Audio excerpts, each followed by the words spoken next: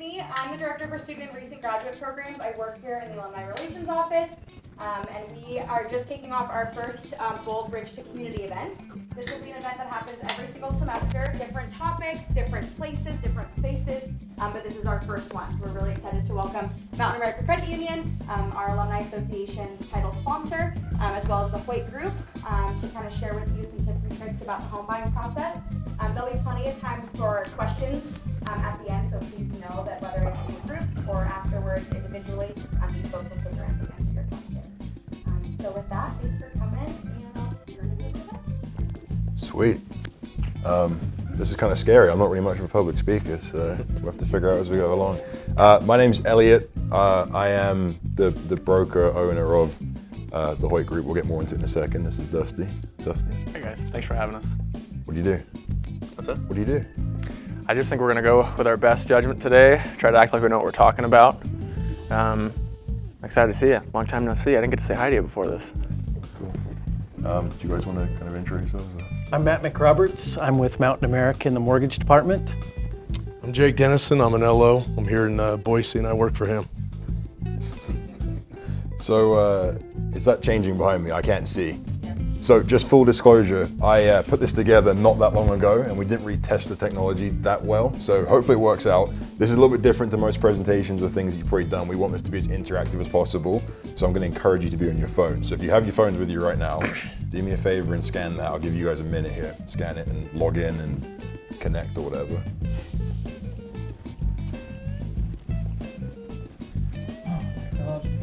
I know, hopefully it works. If it doesn't, then we'll see. But yeah, the idea is to kind of make it as interactive as possible, and for us to get a gauge too on kind of who's in the room. The way we take this is going to be a little bit about who's in the room and kind of what everyone's kind of interests and experiences. So, how are we doing? Can I get a thumbs up when everyone's in? Oh, there is? Oh, there is? Oh, geez. Sweet, all right. As if you guys weren't on your phones enough today. Sorry to add to it. So yeah, the purpose of today's event is to, what should be showing up, inform about the local housing market, inform you on the home buying process, and answer any real estate questions. So we were asked to make it more around the home buying process itself. We do more than just help people buy homes. We also help people sell them on this side of the room. These guys really are the guys when it comes to buying. Buy and refi. Buy and refi, yeah. Depending on what your interest rate is, depends on whether you want to do that right now, but we'll get into that in a second. But yeah, that's kind of the main focus today, but with the Q&A, we'll make it as open as possible. We can answer any questions too. So it's not just like first time home buyers necessarily. There could be some of you that have bought a home, it's been a while, or you just kind of want to get an idea of what it looks like now compared to maybe a while ago. Okay, so what do we need from you? Be on your phone, which is completely contrary to probably anything else you're normally used to in a setting like this, just because of the nature of what we're doing. And have lots of questions too. We were chatting before this kind of kicked off, and honestly the best way to run these things in my experience is to make it as interactive as possible, to kind of make sure we're actually answering stuff. We can sit here all day and present to you about things, but if it's not hitting home, then we kind of need to know. So with that being said, off we go. So who are we? So on this side of the room here, myself and Dusty, we are, I guess, 25% of the Hoyt Group. There's a group of 8 of us. We are a boutique, very small brokerage here in town. And we're very, I want to say client-centric. I have to be careful what I say here because every brokerage, every team, and every agent is very different. But we try and approach things with a kind of a fresh way of doing things. We very much focus on our clients. And we very much focus on doing the right thing ethically, which is crazy that I even have to say that. If anyone that's had any experience in the real estate industry, it has somewhat of a bad rep sometimes because of the way that some of our peers act. And it used to be, years ago when I first got licensed, I was always really I wasn't exactly forthcoming with what I did, and I kind of felt like I was a drug dealer or something, because I was like, oh, I'm a realtor, and then you kind of get the eye roll. But now I'm proud to say that I am a realtor, I own my own brokerage, and we really care about bettering our community by giving good service. So anything to add on that at all, Dusty, about us? Or? Yeah, no, as I'm sure a lot of you guys have experienced in your lifetime, real estate can get lumped into car salesmen. We're very well aware of that. That's a big reason why we work together. It's because the industry as a whole, you guys have probably experienced, hopefully you've only experienced the good side of it, but the bad side of it, it can be a bit dishonest at times. So we really enjoy the kind of the people-friendly, transparent side of things, which is what we enjoy. So I don't want to bore you guys too much with our stories, but it's probably necessary just to kind of give you the understanding that we do know what we're actually talking about. So I first got licensed in 2018, and that was before Idaho and Boise in particular kind of took off as a market. Things were a little bit more normal, if that's even a word. So I got licensed in 2018, kind of went full-time and actually to what I'm going to focus on in 2019. I was an individual agent in 2019. 2020 got so busy that I had to hire an assistant, then formed a team officially in 2021, and then 2022 started the brokerage, which is now the Hoyt Group. We went from a team to a full-blown brokerage, which we can kind of get into in a little bit here too. And then 2023 this year is kind of the first year of, I want to say, being on all systems go. We have 3 arms to kind of our department and our brokerage. With the sales side, we have marketing and then operations too. And that was all done not just to do more business, we kind of did it to make sure that we gave a better experience. So you have the benefit of working with multiple people, which has taught us all a lot, kind of the process. So that's my kind of story into real estate. I'm still a licensed realtor and agent. I have a COO who helps run the brokerage operation side of things, but I'm still actively out with clients. Like, I'm still out there showing homes and listing properties. I have a much more of a mentor role nowadays than I ever had before, but I'm still out there, so I'm very well attuned as to what's going on. And if anyone hit me up and want to do something as far as buying or selling, we'll pick the phone up and we'll be out there doing stuff. So that's what I do. Dusty's also a realtor. Tell him about kind of your story. Yeah, so I specialize, well, as he mentioned, as agents, and as these guys understand too, you end up wearing a lot of hats in this world. You end up being someone helping someone through a listing, someone helping someone buy, you're showing houses, then the next second you're talking about, literally this morning I was talking about different types of mold with somebody over the phone. So you definitely wear a lot of different hats. The thing that I really was excited about working with Elliot early on, we got Beers of the Mode, actually, which is the first time we ever had a interview, I guess, kind of a dual-side interview to see if we should work together, and it's been great ever since. And it was solely focused on the idea that when we work together, we want to give all of our time to the clients, not have to be wearing the other 99 hats all the time. So our number one hat is taking care of the clients, which makes my job way more fun, and he's the same exact way. So we work pretty well together, I think. Since 2019, so Dusty's been with me since late 2020? Since 2019, as a group, we've helped over 200 families. I think it's over $100 million in real estate volume total. So it's a reasonable amount. We don't really look at the numbers too much as far as what's sold, because we really do try and focus on the people. Any of you guys that, I have to be so careful here. Any of you guys that follow real estate and agents maybe on social media, I think some do kind of a little bit more of the other end of things, where they make it a little bit maybe more about themselves and their numbers. We try and tell people stories and try and stay a little bit more off of what we do, because we think at the end of the day, hey, if it's not for the clients, we can't really do our job, so it shouldn't be about us.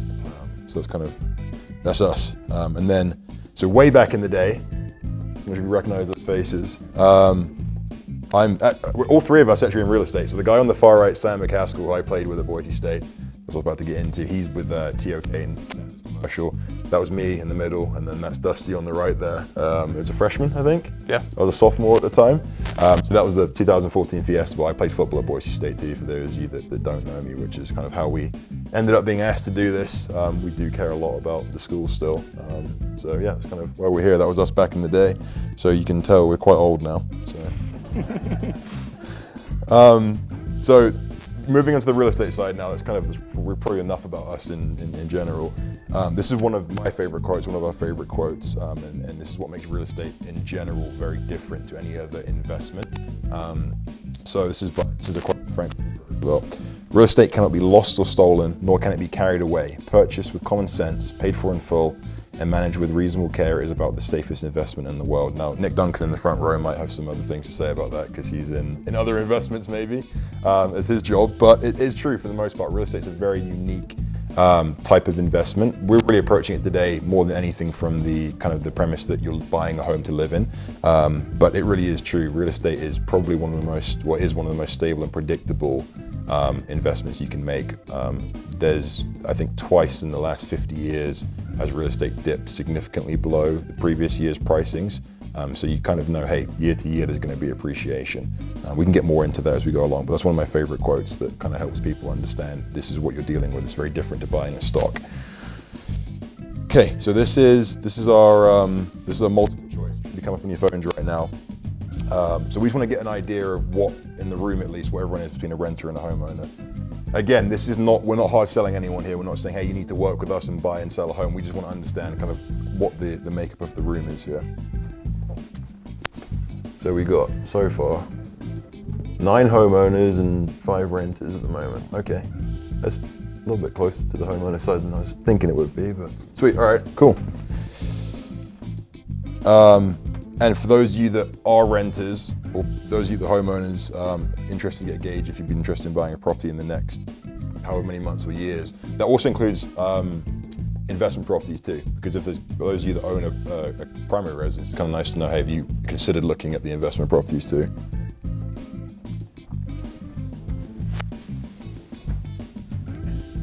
We've got a lot of year pluses, all right. That could be 1 year, it could be 20 years. I probably should have narrowed that down a little bit better, but at least I know there's no 1 to 3 months. Oh, we've got a few, it's changed, 6 to 12, all right, sweet, cool. All right, well that might change some of our questioning here then. All right, these are our fun ones now. Like we said, we want to make this as informative as possible.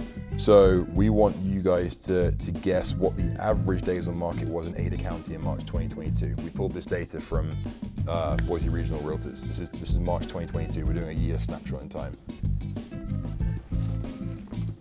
So this is 2022, March 2022, so last year. This is the average days on market. Days on market is it's a trailing indicator as to our market, but it's an important one nonetheless. Okay, all right, so the correct answer is, drum roll, 20 days on market. So we did start to see a slight decline come February, March, because interest rates did start to creep up around about that time. Interest rates, we've come to learn the hard way, I think.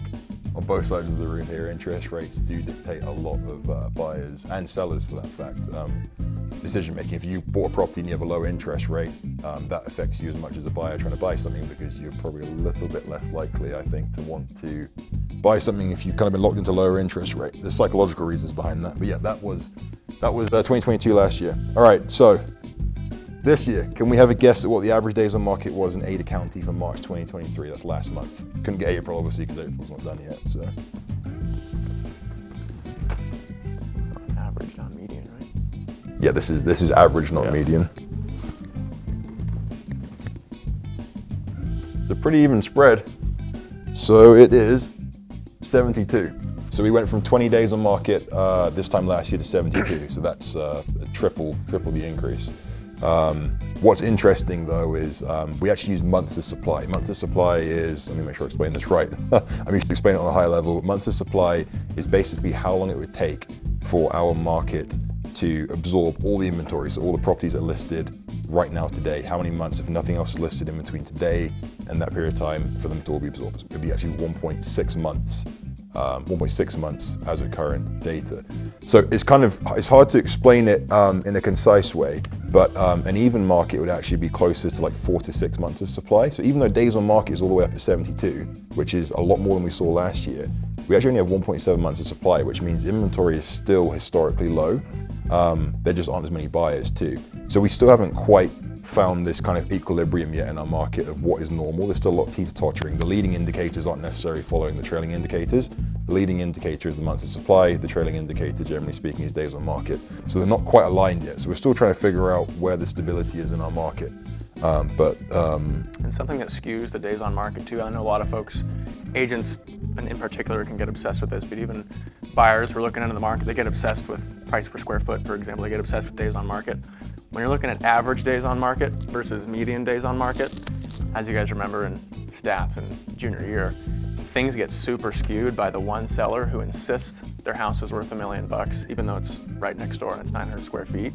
They hold it on the market forever, so all of a sudden it's 180 days on market. That skews what's actually going on in the market. So days on market, the average might say 72. The norm of what you see from sellers is a lot lower, but because that number gets skewed, it can kind of be a little bit misleading, so keep that in mind. So that was days on market. We want to go to, 1 second here. Average sold price. So, sorry, I'm going back here. So, next one up is, what was the average sold price in Ada County for March 2022? So that was last year. We've got 575,500, 534.2, and 602,320. So again, this was, what was it in March 2022, so last year.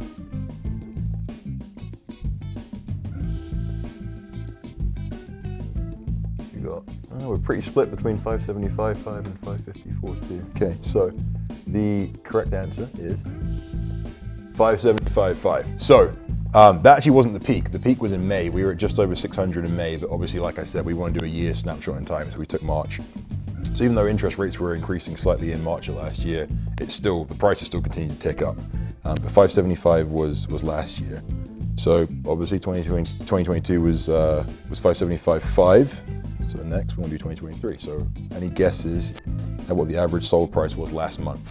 So it was 2023. We got 483, 450, 530, and 542, 450.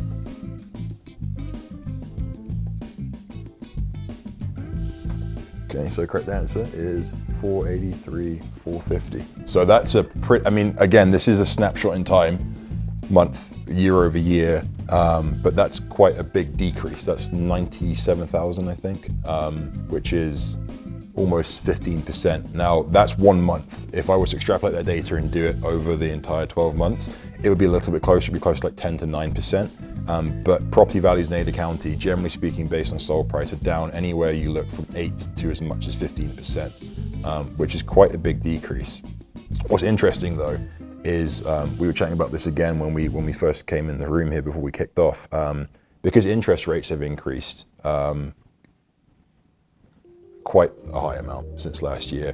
If you take the median sold price last year at an interest rate that was, I think it was like 4.7 that month, compared to about 6.5 roughly right now, at that new sold price, you're only paying $200 more last year for the same price house. So there is this kind of misnomer right now. Everyone's kind of like, oh, well, interest rates are so high, I'm not going to buy something. Well, the thing is, your purchasing power, depending on the price bracket you're looking at, hasn't changed dramatically. Yeah, it is going to cost you more, but there's some components to it that aren't quite as bad as everyone thinks. So yeah, anything you guys want to add on that one at all as far as the interest rates prices compared to last year? You know, it just seems like a lot of people look at the interest rate and that's what they focus, you know, their decision on. It's like they got fixated on, we were in the high 2s, low 3s for so long. And, you know, I'm going to wait until interest rates come back. It's like, historically, we probably never will get back down there again. And so to be able to look and understand that, you know, rates do go up, they do go down, but finding the home that you want is most important. Finding what you can afford is important. If rates drop, when rates drop, then you can always do a refinance. So don't ever let that interest rate be the key component to your decision. Great. So we want to go over the buying process here a little bit. This is, we tried to kind of dumb it down. It's really hard for us, and Matt can probably attest to this too. One of the hardest things for us sometimes is to kind of bring it back to a more basic level, because we're so used to going over this stuff every day. That's kind of what the question answers at the end. We want to make sure we don't gloss over too much. But we kind of did an overview of the buying process for those of you that aren't aware of it or maybe haven't done it in a long time. The first most important one, in our opinion and the way we work, is to get that pre-approval. Unless you're paying cash and you ran into a boatload of money, or you're just super wealthy, obviously. Even then, sometimes it makes more sense to leverage depending on kind of what you're getting into. But getting pre-approved is super important. It gives you the kind of the budget you need to understand where you're at, and it also makes sure you're not just wasting your time. The last thing you want to do is fall in love with something or the idea of buying a home and not having that pre-approval. But you can still get a consultation, especially with us, even without a pre-approval. I mean, we do it all the time without knowing for sure, because we want to give the information. I think we have several probably people we've met with before we have pre-approval, right? Yeah, folks reach out to us a ton. Lenders are the same way, but a lot of times we're the first point of contact, which is a very normal story. Hey, Jesse, Haley, I need help. Where do I even start? That first meeting. The pre-approval, of course, is important, but what's more important than the actual having that piece of paper or that document in front of you is just a general roadmap. When a lender tells you, here's what this purchase price could be, and here's what your monthly payment could be, depending on how much you want to put down, it now gives you something to look at. When you're actually looking through homes, you can kind of have a price in mind what it's going to cost monthly, as opposed to looking blindly at homes and wondering how much it's going to cost you. It makes showing a lot different too. Exactly. So next step is to find the right realtor for you. Assuming you found the right lender or you got your pre-approval, finding the right realtor is really important. Not every agent, not every lender even for that matter of fact, is the right fit for you. Just because I think we do a really good job doesn't necessarily mean that that job, the way we do it, is the best for you. Aligning with someone who is going to do things at the pace that makes sense for you and is going to make sure that they fulfill your needs. I'm trying to think of the best way to say it, because quite honestly, I think we're really good at being chameleons and kind of adapting to the way our clients are, and we're adaptable ourselves too. But that being said, I mean, Dusty and I, we work in the same office, and I think Dusty learned a lot of what he knows from me. We still have very different styles. Yeah, I mean that's the best way to put it. I don't know how to explain it any other way than that. I mean, we both get it done, but we get it done in different ways, I think, sometimes, right? Yeah, we meet so many different types of folks, and a lot of you guys have jobs here where you're in the morning you might meet type A. In the morning you're talking to them for half an hour, and then you meet type Z at the end of the day. We've gotten pretty good at being chameleons and trying to find the best way to communicate with folks. But at the end of the day, we always still have our styles of communications and what we think is actually going to get through to you best. What works for you is going to be completely different from the next person I talk to. And there's different agents out there that operate a lot differently. As you'll see on social media, not every agent presents themselves the same way. So. But I always say that when it comes to picking the right realtor for you, is make sure that you honestly interview multiple. And I think that probably says a lot about us, the fact that we sit there and tell you to do that. Go and interview multiple agents and sit down with them and ask them, hey, what is your process? What can I expect? And there's certain things that we'll go through at the end. And quite frankly, I'm trying to be as objective as possible. If your agent that you're interviewing doesn't go through the things we're going to go through with you, you need to question whether that's the right fit for you, because there's so much information you need to know to feel empowered. You need to feel empowered in making decisions. So. Yeah, I've thought a lot about ways to explain it to folks in a very concise way of, because you guys hear it constantly. I know that you guys all do. You get sick of hearing it. Make sure you choose the agent that's right for you. It's like the simplest way to put it. You're hiring a lawyer. You're hiring a lawyer for you. Yes, they're going to help you show homes, but our biggest job isn't to point out, oh, look at that view. Look at how nice the backsplash was. I wonder what the plumbing is. You're hiring someone to call the other agent and negotiate and be assertive on your behalf. So you're literally hiring a lawyer and a negotiator on the phone. I think a lot of folks go, no, I'll just go to my friend. I totally get it. I have a lot of friends that work with me. I'm not saying go against that. Just remember, whoever you go to, regardless, needs to be very good on the phone to be assertive and defend you guys. Because there's going to be these super confidential conversations that happen with me. Let's say I'm your agent. I'm talking to the seller about what bottom lines are. I'm talking about specific, very sensitive numbers that can really, really help you. And if I was a complete slime ball, they can really, really hurt you. So make sure you trust the human being that's helping you.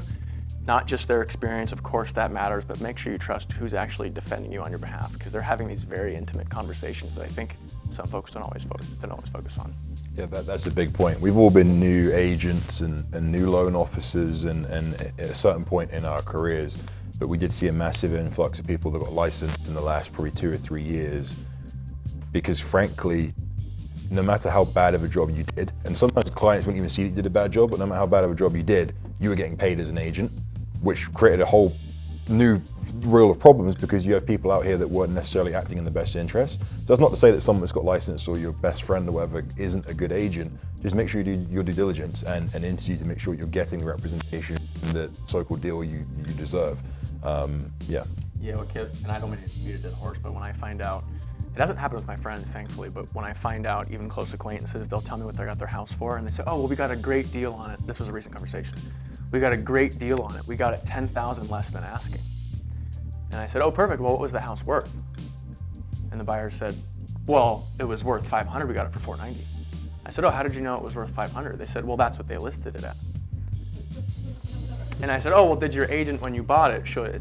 It's called a CMA. It's a comparative market analysis. It's basically a human version of a deep dive of a Kelley Blue Book of a house. And so what you should do is the agent, you should say, hey, this house is listed at $500.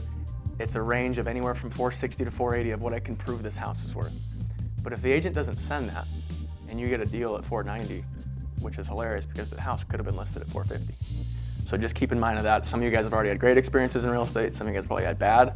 Make sure you know the actual Kelley Blue Book of a house. That's just the first thing that came to mind on what you don't know can really hurt you. You might think you got a great deal, but same vice versa. If you pay over asking, you might have gotten a great deal too. It totally depends.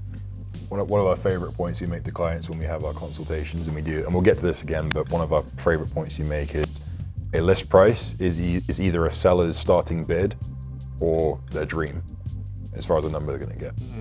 And that's a really important thing if you think about it again. There's either their starting bid, they're going to price it low to try and bid it up, or they're going to price it on a dream number and hope that it sticks. There's different strategies for each one, and they can be appropriate depending, but it's up to your agent that you're interviewing to make sure they know what they're talking about, can tell you that. If they don't tell you that, then they're probably, well, I don't want to speculate, but there's probably some stuff in there that they need to kind of educate themselves on. If they can't do that, it's kind of tough. So yeah, that's finding the right realtor for you. But hey, if you just want to have a good time, you're not worried about paying too much money, then go ahead. I mean, don't worry about interviewing. Yeah, do you have a question there?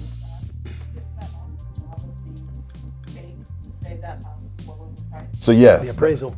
Yep. That's why we get appraisals on every property. So if you decide you want that property and it's, you get it for $490, say it appraises for the $450, well, you're going to be your obligation is whatever percentage your loan is going to require plus the difference. And so if you have the money and you just love the house, that might be the only way to get it. But I would agree. I would say you want to be more in line where the appraisal is versus bidding it up and overvalue. Yeah, in a market like we're in now, where it's still technically, like I said, with 1.7 months of supply, it's still technically a seller's market, but buyers have way more strength than they had before. Now it's a little bit easier to maybe offer more than a home's worth, because there's a negotiation point which we'll get to where you can negotiate back down off of the value if it appraises under. But a year ago, if you wrote in you were going to pay $500K and the house is listed at $450 and it's only worth $450, more often than not, the expectation was you'd have to make up that $50,000 difference. Now, the average person doesn't have $50K lying around to make that difference up. So what happens is, more often than not, they fall out of contract. Now that dream home you fell in love with is no longer, realistic. And again, that's the job of your agent to make sure they kind of coach you through that process. So, If you know ahead of time too, you should know about what a house is going to appraise for before you even make the offer. I shouldn't just call you and say, hey, what do you want to offer? I'm going to call you and say, hey, here's this range. It's probably going to appraise for between 480 and 500, let's say. I think you have a 90% chance of getting it at this price. I think you have about a 50% chance of offering at this price. We typically know what our house is going to appraise for before it actually appraises in 2 or 3 weeks, before you get super emotionally invested. So knock on wood, we don't lose a lot of deals. We hear a lot of horror stories from other agents about, oh, we just lost this when we had a bad appraisal. Oh, we just lost this when we had a bad inspection. We're super upfront about expectations of price and where things can come up and where things will come up. So when things do happen, we're prepared for it, and you're usually not stunned at appraisal issues because we warned you 2 weeks ago and said, hey, we can offer this. It's probably not going to appraise. How do you feel about it? We have some clients that go, I really appreciate that. I don't want to do this anymore. Perfect. Let's go on to the next house. Some clients say, don't care. Let's just risk it. I just had that happen last week. Yeah, that's fine. Let's just risk it. I said, I can't say his name. Let's call him Bob for now. Bob, are you positive? He goes, yeah, I made a bunch of money in crypto last year. I guess he sold it off before everything went crazy. Bob is. So yeah, so it's like totally different scenarios, but it's too bad because I know that there's folks out there that go, I don't know what it's going to appraise for. We'll find out in 2 weeks. It's like, no, I'm telling you today, it's going to appraise for this range. Because the appraisers, these guys know this, the appraisers have access to the contract that you're under contract with the house. They're going to try their best to rationalize whatever price you're in a contract with. If it gets stretched out, sometimes they go, you're under contract at $490, I can't rationalize anything over $480, let's put $480. They see that price and they try their best to make it make sense. But like, as you guys have known, 2 years ago it was a little bit different with appraisals, things like that. It's not as scary today. Today, if you're buying in a weird way, and bear with me when I say this, today in a weird way, if there's an appraisal issue, on the buyer side, it's actually not that bad of a thing. Because a low appraisal right now is scarier for the seller. If you're selling your house at 500, you got an offer at 500, you accepted it, and then it appraises at 480, the buyer can say, whoa, I was only gonna get this house if it appraised. I'm gonna back away, take care, seller. Versus 2 years ago, it was like, well, if you don't buy it, there's someone else that's gonna buy it for 520. So as a buyer right now, you actually have a little bit of leverage. If there is an appraisal issue, which we don't see as much right now, it's not a horrible thing. It's my job to scare the seller and make sure you guys aren't scared, which I'm pretty good at. All of that's a great segue into the next part, the third part, which is viewing homes. So many people do it the wrong way around. Like, viewing homes is like the first thing they do. You can do that depending on your situation, but wouldn't you feel more empowered if you knew heading into it what to expect? And I think the answer probably unanimously is yes. But that's the next step, and we lost our screen. Just hold it up. Can everybody see this? Yeah, can you see that all right? All right. Are we back? Oh, we're back. All right. Fourth step, write the offer up. Again, this is something you should probably go over in a consultation. We'll get there in a minute. And then the last one's move into your new home. Now, obviously, that was the most condensed version. There are so many more steps in the process, which we'll get to, and we'll break a few more down here. And this is the actual sales cycle itself. So this depends on the loan type, which we'll get into eventually here. It depends on, if you're paying cash, it depends on the property type even. We're just going to take the typical single family home right now. We're not going to talk about multifamily or about ranches or acreage properties because there's so many more different things that can come into that. We're just talking about your average, I don't know, let's call it a 3-bed, 2-bath, 1,600 square foot home in Boise. So this is your average kind of sales cycle. It's about 30 days. These guys might argue though, because right now you're probably bumping through loans. What's your average kind of close time? We're under 30 days. Under 30 days. Okay. A year ago, 2 years ago, we were over 30 days. Okay. Yeah. Volume's a little bit more in line with what it's been historically. Yeah, I've seen some LOs, loan officers, close loans in as little as 14 days if all your ducks in a row and you get all of your income verification across, which we'll get into again in a second here. So yeah, 30 days is about average. Again, last year it was probably closer to 40, 45, and that was because loan processors had reached their maximum capacity. It wasn't because you couldn't technically get it done. It was just, there was appraisers, we couldn't get appraisers out to properties in time, right? Underwriters couldn't look at the files quick enough. Yeah. We couldn't get them prepared fast enough. It's like we were getting, we'd close one loan and have 3 apply. Yeah. It was like we just couldn't catch up. Yeah, there wasn't enough hours in the day or enough people, quite literally. The sales cycle, we're going in reverse, not in reverse, but we're skipping up the first part, the consultation and whatnot. We're going from the offer through to the rest of the kind of the transaction here. And this again is appropriate to the market today. There's some parts in here that we may have ended up skipping a year or two ago because things are so crazy. People were getting rid of contingencies, which we'll talk about here, just to kind of make their offers look more attractive. And we're seeing some of the repercussions of that now. But yeah, the first step, obviously, write the offer, negotiations and acceptance of that offer, inspection negotiations, the appraisal, which we spoke about, appraisal negotiations, signing our documents, and then closing, funding, and recording. So just so you guys know too, this is another side note. Closing, everyone's traditional idea of closing is when you sign documents. Signing and closing are technically 2 different things. Would you say that's probably a fair? Definitely. So when you sign your documents, that's you going to the title company and signing off on the paperwork and saying, yeah, we're good to go. Closing is when all those documents are actually verified and it's been funded by the funder at your closing company. It's a little thing, but sometimes, rarely, but sometimes things can go wrong between your signing and your closing. Yeah. Like you might buy a new truck and not told your LO. You may have lost your job. I saw that 3 months ago, actually, yeah. Yep, and we call to verify that you're still employed and you're not. We can't send a wire. Yep, it's tough. Now, you could be employed for 15 years at the same company, right? But if you lose your job the day of closing or the day of signing. If you guys want to hear a horror story, I prayed prayed for the day that this would never happen because my original story 3 months ago was I've never had this happen because I always warn people. Now I've only had it happen once, even though I still warn everyone. Someone was set to close on a Friday. Loan officer double-checked everything that Wednesday prior. They were super excited about this house. They were going to raise their family in this house. Loan officer calls me and says, hey, we're not going to be able to close this loan. I'm like, okay, there's a huge story behind that. What's going on? He said, well, the client recently, because I think the home purchase overwhelmed him in terms of getting distracted, he missed his last truck payment. Okay, big deal. Why does that affect anything? Well, on top of that, he had a 3 or 4 day late credit card payment. 2 things, his credit score went 720 to 630. So what that did was, if you want to keep the same loan, you can, but hey, by the way, let's call him Bill. Hey, Bill, by the way, you can keep this, but your new payment is $400 more. It's literally $400 more a month. Instead, they had to switch the loan. Thankfully, everything worked. But if you don't have a good loan officer that's paying attention to those things, and you don't have someone to warn you about different things happen all the time. So make sure you at least have folks in your corner that are going to prepare you for these things. I thought I made it clear enough. The other great thing is making sure that we're on the same page. Having those same discussions, not only from the lender's side, but from the realtor side. Don't go out and buy a new car. Mm-hmm. I know you're excited to fill this brand new home, but don't go out and max out your home furnishings card and buy all your furniture and wait for it to come. It's like all those things will affect your credit. Oh, yeah. So keep your credit exactly the way it is. If you use your credit card every month, use it normal. Don't do anything out of the normal. You guys got any crazy stories about people doing making less than educated decisions when it comes to that? The most recent one that I had happen was we had a guy who was very tight on his credit, and a week before closing he went out and bought a car, didn't tell us. And when we brought it up before closing, we're like, hey, this has to happen. So we had to basically pull out everything we could to try and reverse this process for him. We ended up doing it. He had to put a lot of work in to get it corrected.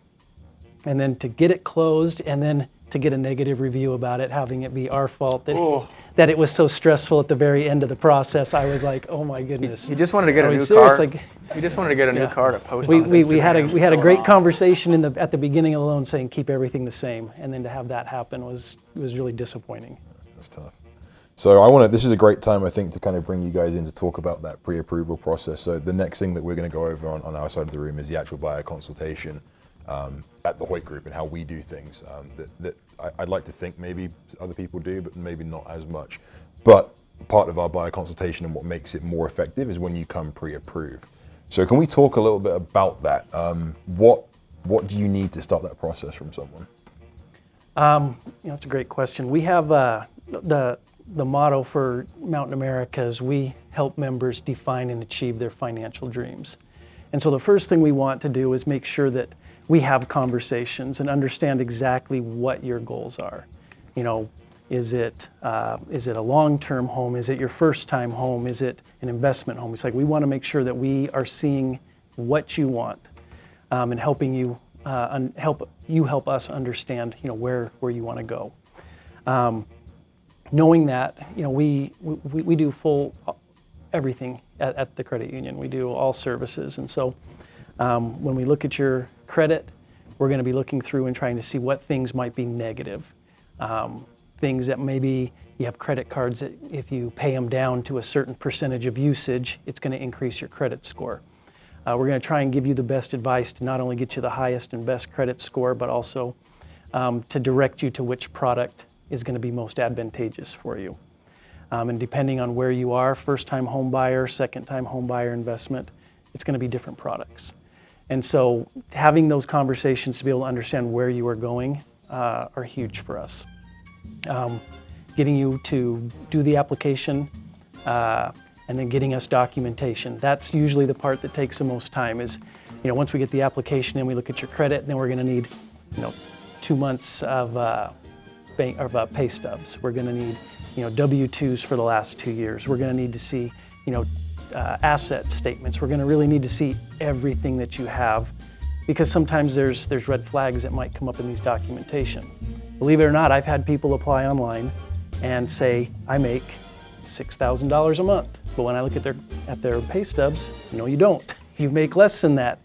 So whenever you do work with someone and get pre-qualified, be very honest in what you're doing. Otherwise, we're going to have a conversation that is based on a higher number, and then as soon as we get the documentation, we're going to have another conversation about the real number. So it's always good to have the true information up front. Don't ever try and feel like something won't be found. If it's on your credit report, if it's happened, if it's on public record, it will be found. It will be brought up. And so don't ever feel like, oh, I think we can sweep this under the rug. It always comes out. I find that if you just have these open and honest conversations, the process goes extremely smooth. Jake, anything that you've seen in the pre-qual process that you would say is kind of best habits? Yeah, this comes back to whatever lender you end up going with. You get it a lot where realtors will call and they'll say, is this person pre-approved? And lenders sometimes will just go, yeah, they're good, without even having anything. They do. And so these guys go out and they're hunting for places. They're spending all their time, trying to find the right house, and then comes down to qualification. All of a sudden they go, never mind, sorry, you can't do it. Not every lender is the same, but we are trained and required to be able to look at their income, assets, debts, credit, make sure all that's verified before we issue a pre-qual letter. And we will hold that pre-qual letter until we have everything we need, because the worst thing that happens, and this is a efficiency thing too, is that we have to make that phone call and go, we missed something. because he didn't get it to us. So that pre-qual is no longer good, or we get in the process. And then our underwriting team, now they got issues because it's going to take longer. We got to verify things. Now the process gets even longer. So we find that it's much more efficient, a way better product when we're doing everything up front. Because if we don't, and these issues come up, I mean, no one wants to be the bearer of bad news. I hate that. I hate calling and go, hey, I messed up really bad. Now I got these guys after me. And I mean, this guy's after me. You know, I don't want him showing up. I lost weight. Yeah. Well, I don't want him showing up to my office. So you got those kinds of things where it makes the most sense for us to also get you guys pre-qualified, meaning we've got everything. The only thing that can be a hiccup is maybe the property or the appraisal or title or something like that that pops up that we don't know about until we get into the process. So it's really important that we do that. And on the other side of that is making sure that the realtor and us, we're on the same page and we go, look, this is our wiggle room. If rates go up here, now we're talking about backing that number down. If they have a range that we can go, hey, stay right in here, but if you get a property right at the max, give me a call. Let me run it the best numbers I possibly can. There's still some room there for like homeowners insurance that we can't verify yet. But then we can really dial in the number and go, yeah, go for it. You guys can do it. We'll get you locked in. We're good. So it's really important to make sure that your realtor and your lender are on the same page, because if you're throwing it out and they're going, okay, let's take a shot with this lender. Hey, what's it look like? Yeah, they're pre-qualified. They're fine. They put in an offer. It's accepted. And then it comes back that, okay, we got some issues. And, you know, we're overpriced. Now, they look like, well, we just wasted our time doing this, plus we put our trust in you. So it's just a bad product for everybody, you know. So make sure you're looking at a lender that's gonna pre-qualify you. Make sure they're asking for all your information, or else there might be a red flag right there where you're going, are we really approved for this or not? So that's from our side of things. It's just making sure that up front, we've got you 90% clear to go. And another thing with the pre-qual, oh, go ahead. Yeah, just a question. I've heard pre-qualified and pre-approved used before. Is it the same, or are they different? You were going right down where I was going. Yeah. The great thing is with the pre-approvals, that means that we've already had an underwriter look at your documentation you've provided to us.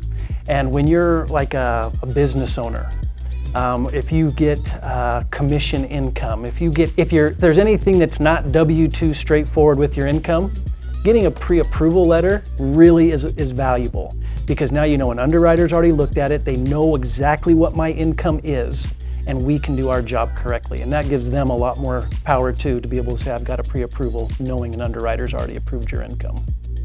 Great question. On that note, there's probably some people in the room, some people watching this aren't in the room too. A lot of people are worried that I can't buy a home, right? They're just like, I don't know if I can even afford a home. Talk to us a little bit about debt to income, how that works, what debt to income is, and what the allowable amounts are, and how you work out what you can afford based on that. Perfect. With the debt to income ratio, what we're going to do when we do your initial application, we're going to pull your credit, and from your credit, we're going to see exactly what your monthly obligations are. And so we're going to take your income that we got figured out. We're going to take your credit that we pulled and get all of your payments that are going out each month. And so out of 100% of your income, we like to keep you, obviously, you know, as low as possible. But when you start getting up into the low 40s, if you're doing conventional financing, that's kind of where you're going to qualify. About 40%, 42, 43% debt to income. We have government products that, like FHA, where you can get up into the low 50%. It's all going to depend on whether or not their automated underwriting system will approve you. And so there's no guarantee you can get that high, but we can find that out before you go house shopping. And so that's why keeping, you know, your debts, your credit card debt and all those things in line, especially when you're getting ready to buy a home. Yeah, then even further. So when I get someone that comes in my office and they're like, hey, what am I pre-qualified for? So I kind of run the numbers before I even pull anything. I just, you know, get a baseline of what they're looking at. And then I kind of, you know, hey, are you a Mountain America member? If they are, we have access to look at some of the things that they've done, if they've done a previous like a credit card or something like that. So I'll look it up and go, okay, I can see what your debts are off this. I haven't pulled credit or anything. So I'll look at it and go, hey, your debt to income based off this is going to be off. Has anything changed? If it hasn't, I go to the guy right next to me and go, work with this person, because right now the debt to income's wrong. We can't get them qualified based off what we're seeing here. In about 2 days, after what Mountain America's, their branch loan office, what they're supposed to do is restructure debts, make sure that they can either lower payments, lower interest rates, things like that. 3 days later, they come back to me and go, how does this look? I'm going, perfect, now they're good. So we have that ability to create that relationship and then move them right to whoever they need to go to come back to us and be pre-qualified. So, you know, we're not just about going, all right, you don't qualify, there's the door. It's, I mean, they're our members. We're supposed to take care of them. We're supposed to educate them. They're supposed to come back to us. You know, we want to have a lifelong relationship with them. So the best thing we can do is go, I can't help you right now, but this guy can. And then 3 days later, something's different. If it's credit building, this guy can help you. 2 months later, let's take a look. There's that credit score and see if we can go forward with it. So sometimes you got to look at, all right, what's the relationship you have with your institution? You know, you got a whole bunch of different people that can give you a loan, but at the end of the day, who's going to educate you on it? So that's something that a credit union is going to do better than most other lenders, because, you know, the members, we're owned by the members. Our job is to educate and look after our members. So when it comes to like the debt to income or credit issues, that's what we do. I mean, we're here to try to build those relationships. So it's helpful when we have those kind of issues come up. So. Did you want me to talk about different products, or do you want me to hold that till I think maybe. Sure. I mean, why not? The one thing I wanted to put in here from the agent perspective, and we'll jump on it in a second, is there's a lot of people out there, especially in our Boise area, that thinks that, you know, homes aren't affordable. I pulled, I think it was over 60 homes in the Boise area that were priced below $400K, and I took rough DTI numbers. I actually worked out what an FHA loan would be, assuming that you have moderate debt. You can actually get into a home with a payment that would be, this is principal and interest. Again, you have to get this verified. I'm not a lender, and there's all kinds of different RESPA laws I have to go through here. But you can buy a home in Boise for 400K or slightly less, at some as low as $350, and your payment's going to be in the low twos, which is actually equivalent to the average rent right now. So I know that it is doable. You don't have to be making, you can make, you know, 50 or 60 grand a year and afford a decent home still in Boise, depending on your situation. Yeah, definitely. Yeah, but talking about the loan products then, so we've got FHA, definitely. VA, conventional. So, yeah, we were talking, you know, in general with the DTI, and so when I was talking about those, we talked about government loans, FHAs, VAs. There's also Idaho Housing, which gives a lot of first-time home buyers kind of some down payment assistance there. Where we're a credit union, we have our own portfolio products, which we tailor to what we see the needs of our members having. And so a couple of them that we thought would be really good for this group. We have a first-time home buyer loan. I was surprised by how many homeowners we have here, but so good on all of you. That's awesome. For our first-time home buyer, we have a few different products. Each of them is 100% loan to value, so meaning you don't have to have any down payment for this product. Can I pause you for 1 second? Am I right in saying, though, that if you haven't bought a home in a certain period of time, you can be considered a first-time home buyer? If you haven't owned a home in the last 3 years, you are a first-time home buyer for these products. So great question, thank you. So with these products, 100% financing. And when I first came to Mountain America, they had a traditional 30-year product, 100% financing, no mortgage insurance. It's a solid loan. The only requirement was you had to have $1,000 of your own money to use towards the purchase, and that can be put towards your escrow account, closing costs, whatever. So if you got everything paid for by the seller, you just need $1,000 of your own money, throw it in your escrow account. Over the last couple years with inflation and the prices just skyrocketing, and I think you guys in Idaho have seen it worse than anybody, it just was pricing people out of the market. And because of that, we brought on an ARM part of this product as well, but we also brought on a 40-year component of this product. And so people who were saying, oh my gosh, I was so close, but the value just went up $50,000 more, and now I just don't make it. We're finding that 40-year amortization product was dropping payments by $200, $300, $400 a month and was allowing people to qualify for that. With that product, it's actually a balloon, so it sits on a 15-year product. So after 15 years, you would have to either refinance it, sell it, or basically find another way to finance it, pay it off. We find that that's not that big a deal because most people, in their first home, you're usually there 5 years, maybe 7. Rarely do people stay there 15 plus years. And then the other component is when you have the growth in equity in that property, makes it very simple to refinance it later. And so that product has been very well received. We've had it for the last year, and it's been our #1 product every single month since its inception. So that's a great product. For those of you who own a home and have desire to get into an investment property, we've got an awesome investor loan where it's a 10% down loan, no mortgage insurance, and you can have up to 4 of these loans at this time. 4? 5? 5. Four, Yep. 5. You can have 5 of these at a time. Most of the time with an investment loan, you're looking to 20 to 25% down. Fabulous product, and it's really been one that's been well received in the market. But we have several other products that are specific to ones that expanded eligibility. So people who are in the U.S. that don't have a social security number, have an I-10, we have a product for them, 10% down, no mortgage insurance. But of the many products that we have, they all are products that we've built to help our members.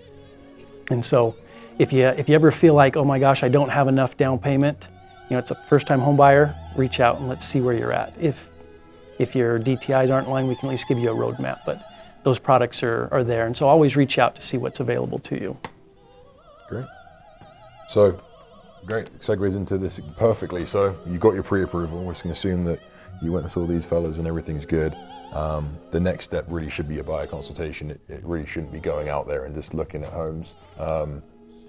I think it probably happens more often than we'd like for it to happen, but you will feel more empowered to make a good decision if you go through a buyer consultation. So I'm going to double team this with you, man. I mean, we both do these as much as one another, but this is kind of how we go through our process when we do a buyer consultation. The first one is kind of what we've done here almost. We kind of go through a market update. We want to make sure that you are informed and you understand what's going on in the market. Some people that we've met with recently have sat down and gone, oh, the market, I heard them. We ask people, what have you heard about the market? They go, oh, I heard the market's crazy, this and that's happening. That's a great chance for us to sit down and say, no, actually it's not that way, or it is this way. Because setting expectations is the #1 thing that we kind of pride ourselves in. We want to make sure we set the correct expectations so you're not spending too much or maybe not spending enough. A buyer's 2 biggest fears, generally speaking, a fear of missing out, which means not finding a property that fits their wants and needs, and the second one is overpaying. And we do a good job, I think, of making sure we avoid both of those. There's no fear of missing out because we're going to make sure that we go through the parameters we need with you to make sure we actually do find the right home. And then we're not going to pay too much because we're going to run that market analysis like we were talking about. So. And specifically in regards to the market too, even if you were an expert on exactly what the most recent market updates were, which we try to be, of course, but we see everything a few weeks ahead of time at least.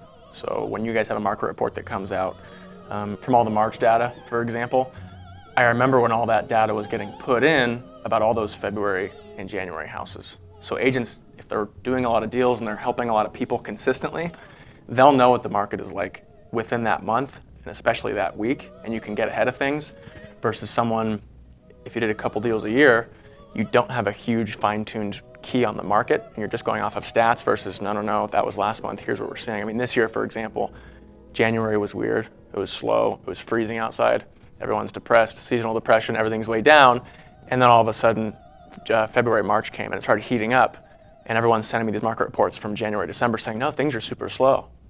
And our phones are off the hook saying, okay, everybody's trying to buy, everybody's moving. So as soon as the market started catching up, we knew that those stats would be reflected in 2 or 3 months. But in real estate, the transaction automatically takes, give or take, 30 days, plus you looking for houses for maybe 30 days and then moving in. All that data is super slowed down, so keep that in mind when you do meet with somebody. Next step we go through is talking about financing. We've kind of beaten a dead horse probably here talking about financing, but that's the next thing we talk about. If you didn't come pre-approved, we're going to sit down and go through a much more high-level version of what these guys did. We're not going to go too much in depth because we're not qualified to do that technically, but we're going to talk about how, if you are financed, what your product is. So whether it's FHA conventional, VA, cash, and talk about those different components, because depending on what loan product or what financing you're using, it can dictate how we're going to approach writing up offers, and candidly what properties we're going to look at. There's some properties that we cannot look at. Well, it's very hard for us to look at if you have a certain loan type because of certain conditions, like an FHA and a VA loan, which are government-backed loans. They have very stringent property condition requirements. Some properties that are fix and flips just don't meet that criteria. So we'd be doing you a disservice if we showed you a home where the roof is flying off in the wind, because you can't, no underwriter's gonna allow that to kind of fly. Next step is reviewing parameters. So we're gonna sit down and ask you about your timeline. Like, okay, in an ideal situation, what does timeline look like for you? We had a client last week that said they probably weren't even buying a home for like, what, a year? Happens every week. But just like these guys, we're not gonna send you away and be like, all right, we're not gonna work with you. Sometimes there's a reason why it has to be a year. It could be that you can't move here for a year, but we're going to sit down and go through your timeline, because we need to make sure we're not forcing you or shoehorning you into something that's not going to make sense. We have no problem at all sitting down with people in a buyer consultation, and having to wait 3, 4, 6 months, years. I mean, I've had clients I've sat down, this is not an exaggeration, I've had clients that I sat down with in 2018, 2019 that have just come to fruition in 2022, 2023, because we had to help them get the house in order. I got one client who had to file bankruptcy in 2018, and she's now going to be ready to buy something probably this year. Hate to break it to you guys, but me and him aren't going anywhere anytime soon. So if you're not ready now and you're ready in 5 years, we're still going to be here. So. And the reason I laughed too wasn't when you're looking at homes or you're even curious about it, giving us the bigger heads up is best for you. It's going to give you a huge scope of looking into the future. You might have a year, year and a half. There might be a few times in that market, if you're buying or if you're selling, where you can take advantage of things. The reason I laughed is because folks come to us all the time. Yeah, I'm going to start looking. This was recent. I'm going to start looking in 2024. I'm going to get out of my lease, things like that. But don't worry. I wanted to get on your books. I wanted to get your advice. But no, I don't think we're going to jump in anything too quick. I said, perfect. I'll send you a few homes a month, not because I want you to buy them, but I want you to understand in general what prices are going to get you, things like that. The first time I sent a basket of general homes to show what they're available, they both wanted to go see it. They wanted to put an offer in. I'm like, wait, are you guys good? You're like, yeah, I think we really like this house, really excited. Folks' timelines change depending on what pops up. Houses are a very emotional and exciting thing. So it's always good to have a timeline and give yourself a bunch of heads up. The reason I was laughing is because a lot of folks will say that, oh no, we want to see it this weekend, we're ready. It's like, are you sure? Swear to God. So it does come up. The investment side is different too. So obviously, it's definitely more of an emotional purchase on a primary home. But when it comes to the investment side, it's a little bit more objective. And that consultation is going to look very different. But as we said, we're trying to push this more towards the primary. But the investment, we're going to go very in depth with numbers. We're going to run market analysis and figure out what kind of cap rates you want to hit, yada yada yada. We're not going to do that today though, because it's pretty involved. The next is after we've reviewed your parameters, so we sit down and figure, okay, this is the criteria you're looking for. We're trying to go through a process of elimination. We want to be deductive, not inductive. We want to try and get all the things out of the way that aren't going to meet your criteria. So we can give you not a too specific list of properties, but we want to make it as close to where you want to be as possible, because we don't want to fatigue you. If you have to look at 500, it's not going to work out very, very well at all. And then we put that through our MLS search. Now, this is a really key point. Zillow, Realtor.com, Redfin, those places, they're a great place to do what we call window shopping when you're first looking to kind of start the process of buying a home, whether it's investment or if it's a primary. They syndicate to our MLS, they do pull information from it, but they also have like third-party ads, and they have some information because it syndicates that can sometimes be incorrect, or you may not be looking at something you think you're looking at. The searches we put together through Paragon, which is our MLS, and through our collaboration center, it's a very specific list of criteria that we created in this meeting. It's a direct feed from our MLS. It's not syndicated, it's direct from the MLS. So you know the information you're getting is the correct information and it meets your parameters. We tend to tell people, hey, for the most part, once we've done this consultation, try and stay off Zillow, Redfin, Realtor.com, because the tendency is if you can't find something in the collaboration center we set up, your instinct is to go and try and find something else. Oh, I'm sure there's something on Zillow I'm not looking at. Generally speaking, there's not much that you're going to see on Zillow that you almost definitely wouldn't have seen on our MLS search. So that's a key point, is kind of staying off of that, I think, where possible. But we're going to set those parameters up and go through that with you. So Idaho's a little funky too. We're a non-disclosure state. All that means is, in California, it's different. California is a disclosure state. As soon as a house is sold in California, for example, everyone on the planet, on the internet, assessors, agents, consumers, they can find out exactly what that house sold for. In Idaho, we're more old-fashioned, for better or worse. So what that means is the actual price of these houses that sell actually isn't disclosed to the public. So Zestimates, those are a funny one for us. Zestimates can be 15% too high, they get your attention, so you call Zillow. They can be 50% too low to irritate you. They want phone calls from you. The frustrating thing about Zillow as an agent that I feel bad for folks is when folks aren't super serious about buying, they'll say, hey, I want to go see this place on Zillow. And I say, hey, I showed that 2 months ago. It's actually pending, but it says for sale on Zillow.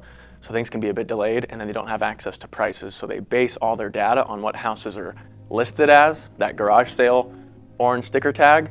They base all their data on what things are listed as. They don't actually know what they close as, which is very interesting because they're telling you the data is based on sold prices. It's just based on what things are listed as. And it can be a few weeks late, which I feel bad for folks when they like something. So, and they would have seen it in the collaboration center as soon as it was listed. So, But putting my broker hat on, Zillow are also a brokerage, and you are free to choose whichever brokerage you want Zillow's to work also with. great. So they didn't almost go bankrupt last year. They're phenomenal. it's a free market. I hope that doesn't get aired because I'm going to get in trouble if they hear that. As a broker, I'm culpable for anything anyone says, so that's why Dusty runs his mouth, because the buck stops at me. So. I'm kidding. So yeah, we'll set up your search based on the parameters, and then we're actually going to go over contracts. So this is the last step. We're actually going to sit down in a buyer consultation, and we're going to go through the purchase and sale agreements and some of the pertinent addendums with you. So you're not just getting to see a nice home and you want to put the offer and you're getting down to it, and all of a sudden you're seeing this paperwork for the first time and you're like, oh crap, like I wasn't ready for this. We want to make sure you're ready and you haven't seen it before. So it's by far the most important part of the consultation. Yes, number one is to get to know you and figure out what you and maybe your significant other are looking for. That takes a lot of time, and that's probably the most productive part of the meeting for me in terms of finding out what you guys need. The most productive part of the meeting for you when you meet with us is we go through the offer. If someone's going through an offer with you and coaching you on it, it's going to take, I blab my mouth, but it's going to take at least half an hour. Going through the 8-9 pages now of the contracts in Idaho, there's a lot of different ways you can manipulate and play with offers and things that will help you negotiate to try to save money, different ways you can appeal to sellers that we'll talk about in all that paperwork ahead of time, as opposed to some agents, last minute you find a house, hey, let's write an offer up tonight. I'll take you to the offer tonight. I'll explain how it all works. We don't want to do that. I want you guys to have all the tools early on when you first meet with someone to know, okay, here are the literally 6 different things I can play with in my offer.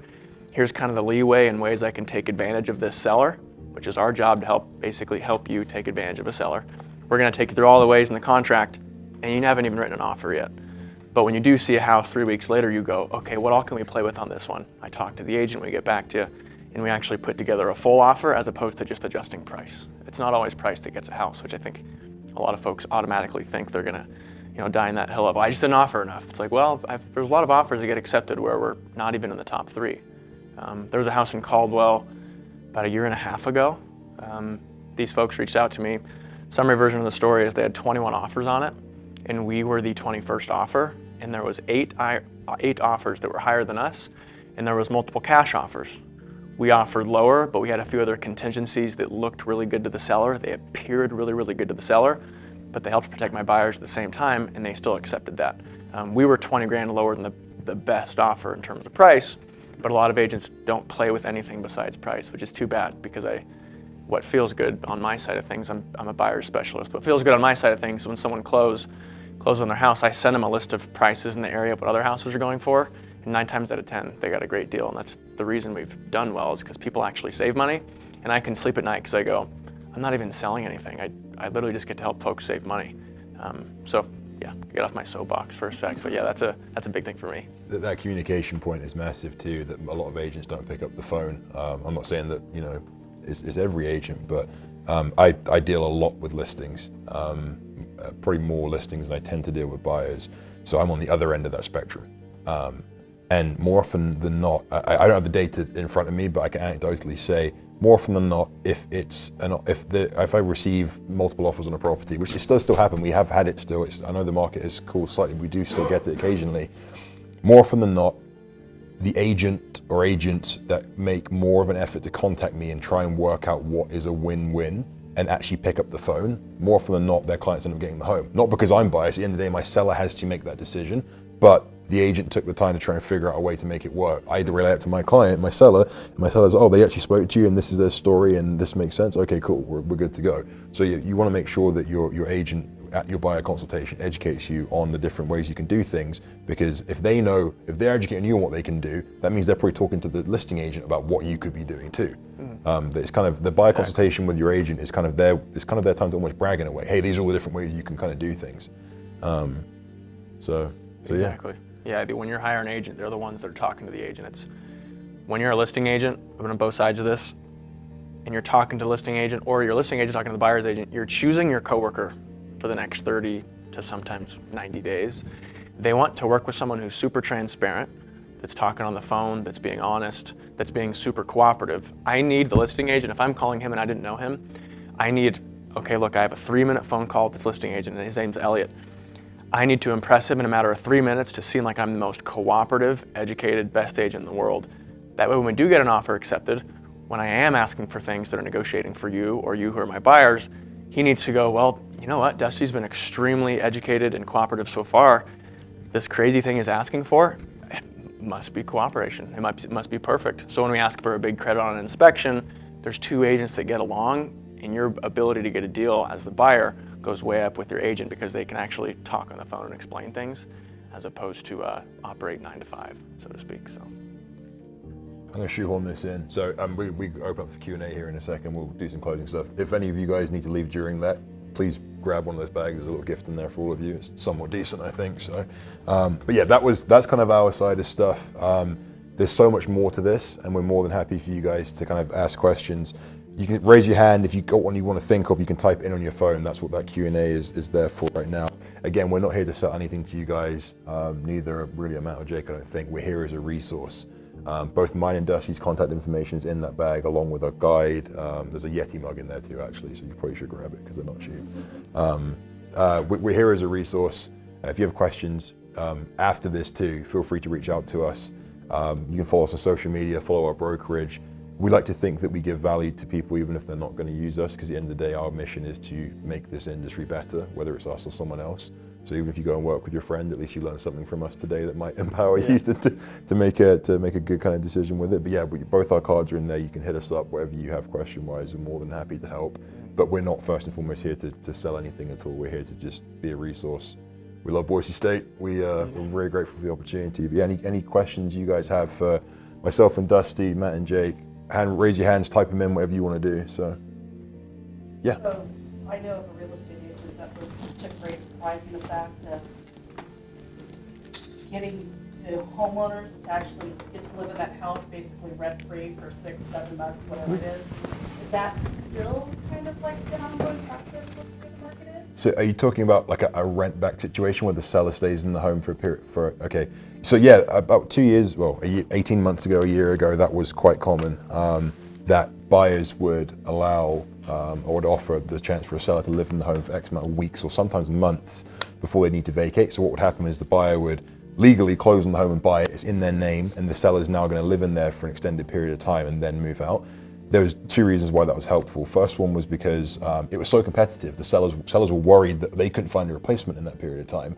And second one too, some people would even have rent. I'm not kidding. I saw rent backs, what we call a rent back or a lease back, for a year or 2 years. I mean, I know one that was 3 years actually. Yeah, we did. There was one, and the reason they did that was because they wanted to cash out. There's a lot of sellers out there that were scared that the market was going to entirely collapse. They're like, all right, I want to sell my home, but I want to still live in it. I know a guy in Meridian who ended up getting a lease back for 3 years, sold his home for double what he paid for it, pocketed 400 grand, and just sat chilling. So there's a small contingency of people who did that, but yeah, that did happen. Right now, we've had a couple actually, haven't we? We've had a few just to get deals done. They've gotten shorter, and as you guys can imagine, when the market shifts, if you're the one seller in all of Boise that's saying, no, I want a full year, I want 12 months, most buyers are gonna go, well, the other 9 homes I'm seeing today don't need that, why would I do that? That's a very fair assumption. What we see a lot of right now is still that month to 2 month. That's one of the things you can play with in the offer, and your agent won't know unless they ask the seller, hey, if we saved like 10 grand and we lowered the offer by 10 grand, what if we gave your sellers an extra 2 months? Would that appeal to them? And sometimes they go, actually, you're the first agent to ask. Yes, that's a huge deal to them. They might have kids, they might have a bunch of things in the backyard, play sets, you name it, things take longer time. So for now, to answer your question, you're not seeing, for the most part, 6 months, 9 months, 12 months rent backs. Those were already crazy for the time. Now you do see the 2 to 3 months, sometimes 1 month, depending. And those all negotiation strategies, basically. You're having to qualify for a home loan, because I'm sure most of us don't have 40K or whatever. It needs to be, and you're paying for rent for somewhere else is already outrageous. How is that good for the bank to go, oh yeah, we'll take the risk on you? Typically, it depends on what type of financing you do. And so if you're doing primary residence and you have a requirement for so much down, they're going to expect you to occupy the home within 60 days. And so if you don't occupy the home within 60 days, we're going to have a contract showing what you're doing. At that point, you're going to have a conversation about, what product you're in, what will be allowable within that product. And with having this showing that you have a lease back, those arrangements can be made. Something that factors into it, it depends on what time of the month you close. You don't see your first mortgage payment. I don't know what your guys' average is, but you don't see your first mortgage payment a lot of times 45, 60 days in. When you first buy your home, it feels like you're living it for free for a month or two. It's built into the purchase, of course, and you're basically paying it in arrears. You paid for it.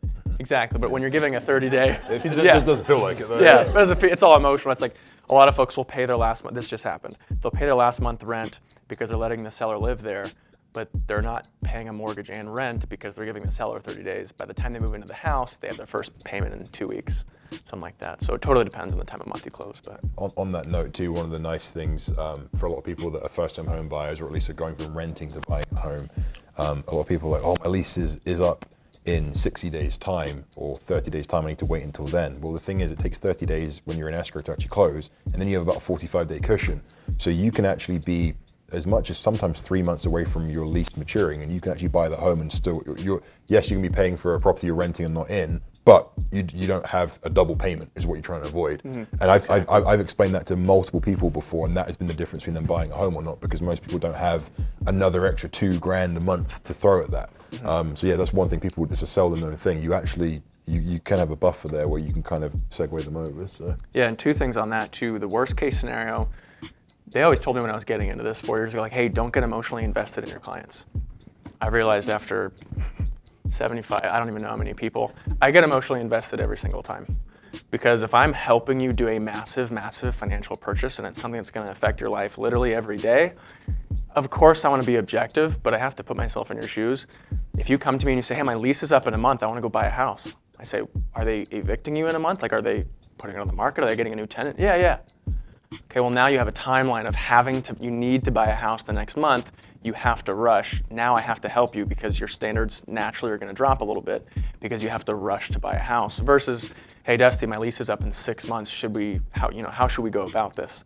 Giving yourself 3 to 6 months is great because if you have to spend an extra, because sometimes they'll penalize you, hey, if you get out of your rental agreement early, you're gonna have to pay us 75% of the next rent or whatever the case may be. That world's a lot better because when you go to offer on a house, you can ask the seller, hey, look, seller, I'm willing to give you this price with these contingencies. We want a credit to pay for our closing costs of $2,500, which might be what it costs for you to get out of the rental, but then you get a credit from the seller to offset that. That's a lot better scenario than, hey, I have 30 days, I gotta find a house. I didn't wanna reach out to you because I was scared to buy it out. And you can get credits that are pretty large, they're different ceilings for it, but you can ask for credits of 3% in some instances of the purchase price from the seller. We haven't talked about credits to interest rate, but Conventional we should. lending 3%, government lending we can go up to 6%. That's a big thing with this market. So a seller concession or a credit, people hear them all the time. They're pretty much interchangeable for the most part. A seller credit or a concession is when at closing, the seller is going to credit you or give you back a certain amount of money at closing. Now, if you're using a loan, which you only really use a credit for a loan, honestly, otherwise you have a purchase price adjustment with cash because it doesn't make a difference. With a loan, the seller's gonna give you a certain dollar amount or percentage of credit back at closing. That will, more often than not, and you can correct me if I'm wrong here, it almost always has to go towards your closing costs and any prepaid related to closing your loan. There are exceptions for credits for like a home warranty. As long as it's okay by the underwriter, you can use that money towards other stuff, but it has to be accounted for. You can't just get, so if I go, for example, if I'm buying a $300,000 home, I want a 3%, I'm asking the seller to give me 3% credit, which would be $9,000. I have to use that $9,000 towards my closing costs and prepays, which amount anywhere from normally 1% to 3% is what your typical closing costs are. I can't, if there's a surplus and Matt says, hey, it's 2% actually, that 1%, we have to find a way to account for that within the loan and the closing costs. You can't just pocket that 1%. You can't just go, oh, I've got $3,000 in my bank now, sick, I'm gonna go down to Roddy's and get lit. Like, that's not, like, you can't. Yeah, the excess, the simplest way to put it is you can get credit to lower the amount that you have to bring to the closing table. You can't get excess. I've only seen excess once, and it was last week. It was $25. They used as much. We got everything in the world. We got a home warranty for 2 years. They got rid of their closing costs. These folks got into a house in Boise for $380,000, and they paid $742 to get into it. That was through Idaho Housing. But they had all these credits coming back to them. You can't ask for extra till you're getting paid to get into the house. But if you were gonna spend $7,000 on closing costs, and on top of that you were bugged because you had to spend $2,000 on your rental, well, you can ask for a credit from the seller to say, I want to take my closing costs from 7 to 5, and then I'll take care of the $2,500 so it evens out. Credits obviously got massive, not to overspeak, but credits have gotten massive in the last year. You should never have leftover credit. You should always, if you get a closing disclosure sent back to you and it shows that you have leftover credit, you should be reaching out to your loan officer and saying, hey, how can we use this? Can we buy the rate down? Can we get into a home warranty? Is there anything we can do, and be creative? And they can do that. Like fixing a bathroom, it's not quite up far yet, or You would definitely have to make sure that was taken care of early in the process. And so if you want them to do some type of fix up and it's in the contract, most of the time they're going to want to see that those repairs are made before closing. Or an invoice is held back in escrow. Exactly, something like that, where we can verify that those funds are used for a specific thing. But yeah, it's very much a detail that has to be, have the box checked. We can't do anything outside of contract. Go ahead. So we talked about last year and currently, but like what's the outlook for single family homes, I guess, in the Ada and Canyon County, and how is the interest rate is it gonna go up? Is it gonna go down? I know a lot of people kind of like that too. But what is the rest of this year and into 2024 look like? The big fella's laughing over there because he knows I'm stumped already. Right? Yeah, let me grab my crystal ball out the back. Hang on a second. I wish I knew, and it's not good to speculate and it's not good to be anecdotal, but I'm going to preface it with I'm speculating and I'm being anecdotal, so that way it kind of covers my butt a little bit. It's really hard to say, Mike, honestly. It's hard to say, especially we're coming up to, it's just a fact, coming up to an election cycle. That also throws things off crazily too. So it's hard to predict even when things are like quote unquote normal years. What we're seeing in the market right now, we have seen a pretty big uptick in activity, which kind of gives us confidence in that the market's not going to necessarily make a massive dive. We've seen a drop in median values, like I said earlier, of around about 9 to as much as 15%, averages about 10 to 12. We've seen the median sale price be within a couple percent of points since January, be relatively consistent. So again, sold price is kind of a trailing indicator, but we're seeing a level of consistency.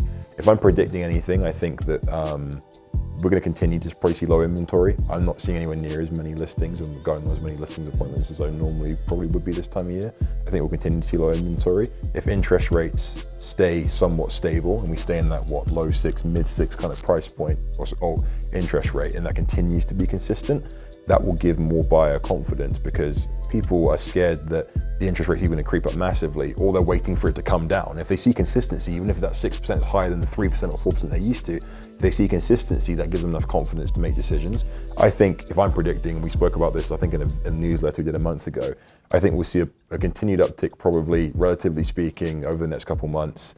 I think it'll be more of a seasonal market. I think Boise's back to kind of being more seasonal, where we're going to see a little bit more of a peak in the spring and summer, and then things more than likely be a little bit less activity in the winter.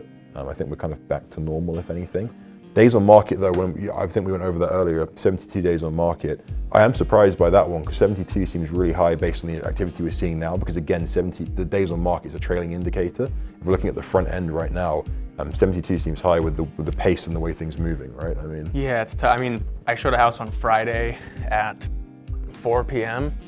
And we were waiting in line to see it. It was one of those listings that I don't like when they operate this way, but the listing agent says, don't even make an appointment, go anytime, free for all. Well, when you're a buyer's agent and you're showing folks homes, you might have to literally wait in line to see a house. We were waiting in line for about 20 minutes to see this house at 4. We saw it for about 15 minutes. We got out, 2 other people waiting in line behind us. Even though days on market says 72, I knew where it was priced. I already ran the CMA that I talked to you guys about. I already knew about what the house was worth. And I knew that it was underpriced. So when I knew that people were gonna see that house, there's gonna be a lot of showings, I said, how the heck are we gonna snag this? I talked to the agent, I said, hey, it's Friday at 5 p.m. at this point. He shouldn't have said yes to this, by the way, but he did. I said, hey, you probably have a lot of showings tomorrow. You know, it's Saturday, weather's pretty good. Sunday, you're probably gonna be working again. Are you open to accepting something tonight? Because normally, you wanna give agents the respect and say, hey, I'm gonna give you 48 hours. In this scenario, I knew this thing was gonna go super fast. Even though days on market 72, this was 2 days on market. This was just listed that previous Thursday. So it's 2 days on market. Long story short, they accepted an offer at 9 p.m. that night. Somebody say, well, time out, it's 72 days on market. I can tell with that house, based on how it was priced, where it was probably gonna end up. And I already went through the offer coaching, so they didn't have any questions about how to write the offer. We already knew how to do it. So anecdotal stuff gets pretty nitty-gritty and pretty important, especially in markets. Do you guys have any predictions that you're seeing on your side? I mean, You know, it's interesting with the interest rates. They went up so fast, and they actually came back a little bit, and we kind of felt like, you know, they've got some stability. And over the last, few weeks, we've really seen them start to stabilize exactly where they're at. But from what we're seeing from Fannie and Freddie predictions, is they actually feel like rates will improve by the end of the year. And so the outlook, at least from them who are setting the rates, is a positive. That they feel like we'll be in the 5s, and so that's at least something that's a positive. I do recommend to people not to wait until it hits 5%. Don't do that. It's like if you love the home, if you're in a position, always get the home first, and then you can refi down when rates bottom out. if things get into the 5s, I could probably say quite confidently it will probably be gangbusters again. Because it's picked up even when it's in the mid-low. When people can get a rate buy down to the low 6s, people are happy right now. So 5s would just be... Yeah, that's what's really interesting is I know that it's easy to get obsessed with, well, when's the right time? It's like, well, no matter what market you're in, there's going to be a downside to it, and there's going to be an upside. The downside right now that folks will find is, well, time out, interest rates are so high. Okay, well, prices are lower. If interest rates get better, everyone's going to find out and go, wow, this is an amazing market, let's go buy. So if interest rates go lower, the competition goes up, prices go back up. If prices get too high and interest rates start raising up like we saw last year, it was a bad combination. We saw high prices, high interest rates, it corrected itself. People went, oh, time out, I don't know if I want to buy right now. On a seller side or on a buyer side, there's always one side of the coin that's going to be beneficial for you and one side of the coin that you can nitpick and go, yeah, I don't like that, rates are super high. One thing you can play with as a buyer right now, because sellers know rates are high, I can use that as kind of a fear for some of the sellers to say, hey, look, rates are high. As your sellers know, they watch the news and they always say, yeah, we're going to bring you an offer at this price, but we're only going to do it if your seller credits my buyer $5,000, $6,000, $7,000 to buy your rate down from a 6.1 to a 5.7. So now the rate is not fixed in terms of the traditional lending sense of the word fixed, but that problem is now gone. So you can go to a seller and say, hey, I'm only going to do this if you buy my rate down X amount of percent. Your monthly payment just got lower. You got into a house for a lower interest rate than everyone else, but everyone else is scared about rates. So it's really interesting. No matter what market we're in, there's a lot of folks that were telling me a year ago, prices are too high. Okay, well, when prices go down, rates will be higher. That's fine with me. And then this year, well, rates are too high. I get it. Trust me. I don't. You laugh, but there's we're not even salesmen. Yeah, it's why I got into real estate. We don't have to sell houses. Like the real estate shows are painful to me. Like I don't have to sell anything. I literally am an advisor. So there's never. Go selling sunset, dude. Yeah, no. I already got a call from Netflix, man. They were coming next week, but just you don't want to do it. Yeah, just wait till next week. I'll post a slow-mo video of me getting out of my sports car with money held up to my ear. But anyways, it's so funny because there's a market for everybody and there's an upside and a downside. It balances out. That's the reason why the market itself exists, is because it balances out what's going on. If it was a perfect market for buying, low interest rates and low prices in 2020, half of our clients went, whoa, everything's gonna collapse. This is gonna be crazy. It could, but if it's low interest rates and low prices, guess what's probably gonna happen? Prices are gonna go way up. So it's interesting.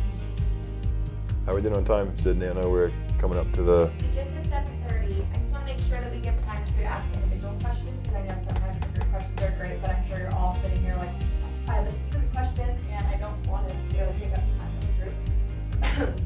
So I would say if maybe we kind of make some closing statements. I also want to mention Mount America brought some good information. I know a lot of you on the poll said that you're already homeowners, which is great. And so there's some good information about investment properties, first-time home buyers, like a range. And so know that there's probably information that you benefit everyone in the room over here from our sponsors. So probably closing and then stick around for individual questions if that works for the group. Yeah, I think we kind of pre-closed some stuff out. Yeah, make sure you grab one of those, and if you don't want it, give it to someone that does. And yeah, but there's so much more, guys, that we could go over. We do, like we said, it's not just first-time home buyers or primary home buying. I've got clients that have large, like multi-million-dollar portfolios for investment. I mean, there's so many different avenues to real estate. We want to keep it more towards this side of stuff today. But you can pick our brains on anything too. And also if you have any career stuff too and you want to know more about real estate as a career, whether it pertains to agents or admin, marketing, if it's lending, title. We're actually hiring for a marketing director right now. So if anyone wants to join our team, we are open for that one. But yeah, that's it. We're pretty casual. So if you guys have anything. You know, for us, I think you guys can go right along with this. It's like real estate becomes a passion. It's like we do it for work, but it gets in your blood. It's like you can't imagine doing anything else. When you mentioned about how you get emotionally involved, it's like, Yeah, it's impossible. it's impossible not to. When people say you got to keep emotionally detached, you can't do it. It's Good like luck. you learn the stories behind what people are trying to do. You get involved with their goals, and it's like you want to see them reach their goals, and you want to see success. And so, you know, we're grateful that we're able to be here and be able to hopefully, you know, give some information that helps one of you. And you know, we're all over. And so if we can help you in any way, reach out. I've got Jake is here in Boise, also Jose, and you know, we're definitely here to help in any way that we can. Yeah, it's too bad. I don't want to beat a dead horse, but it's too bad that I have to brag about being transparent. We talk about it all the time. We're in a world now where it's like, don't worry, I'm honest. If you have to say it, that probably means yeah, you're and if I have it every few weeks, someone reaches out about, should I buy or sell right now? And I tell them yes, based on their certain scenario. Every few weeks, someone asks, hey, based on what's going on right now, should I buy or sell? I'll tell them no. I said, no, that doesn't make sense. Someone reached out to me a year and a half ago and said, hey, I have 2 houses I want to sell. I think you could be a good person to sell it. I'm interviewing you and one other agent. What do you think about our timing of selling? Do you think we need to rush to sell in the next couple months? And I said, personally, his name was Sam, I'll say his name. I said, Sam, I wouldn't sell either one of these places right now. You can check with me in a few months. Based on his scenario, I said I wouldn't sell it. 4 months later, he sold his house for probably 50 grand higher than he would have sold 3 months prior. So there's no upside to us to lie to you. If we lie to you, it's going to get out there. And another story, the other agent tried to get them to sell immediately. So she said the market's going to fall apart, you need to sell immediately. Yeah, she needed a commission. He basically said, hey, well, the other agent said it's actually really urgent. If we don't sell, we're going to lose out big time. I said, Sam, there's no upside for me to lie to you. If our business got known as this salesy, slimy business, we would never have all of our customers are repeat customers. We need someone to trust us. So it doesn't help me, even if I was a complete slime ball, to lie, because I need clients to trust me and I need to trust them. So yeah, this other agent said, oh, well, they need to hurry up and sell because the market's about to crash. This was about a year and a half ago. And I said, Sam, you can, feel free if you'd like to rush. I wouldn't, if it was me personally, I wouldn't sell either one of these places. And he ended up selling his house 4 months later with us. And I can't believe how much money they made, to be honest. They made more than I even thought they could. And it was because I just said, hey, I wouldn't sell it. I wouldn't. Or, hey, I wouldn't buy it. That doesn't make any sense. Why would you do that? It totally depends on the person. So yeah, that's my closing. Thank you.